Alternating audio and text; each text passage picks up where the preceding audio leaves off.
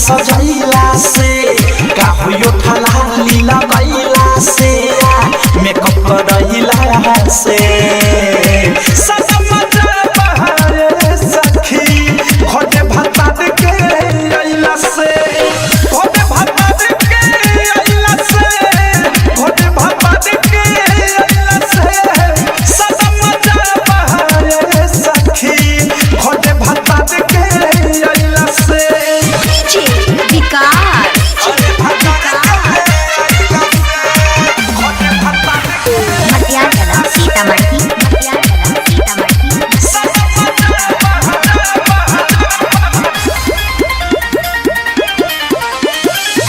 हाथावा में चूड़ी खमके रोज रोज रात में रहेल पिया हमारो जब जब साथ में हाथावा में चूड़ी खमके रोज रोज रात में रहेल पिया हमारो जब जब साथ में होई के सिया गैला से झुमका झुलनिया सजैला से गजरा लगैला से सनम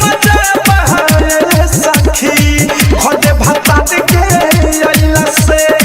घोटे भत्ता के अइला से घोटे भत्ता के अइला से सनम बहारे सखी घोटे भत्ता के अइला से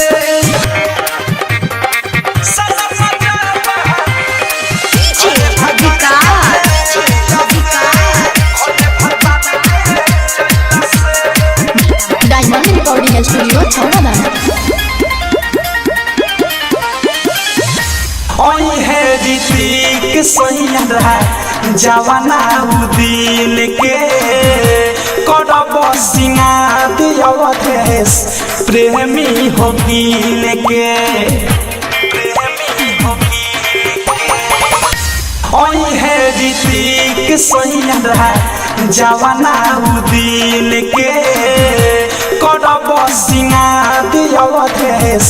प्रेमी हो गिन के का होई ढेरा गुतैला से विरह में लोडा बहैला से टेंशन धरैला से सनम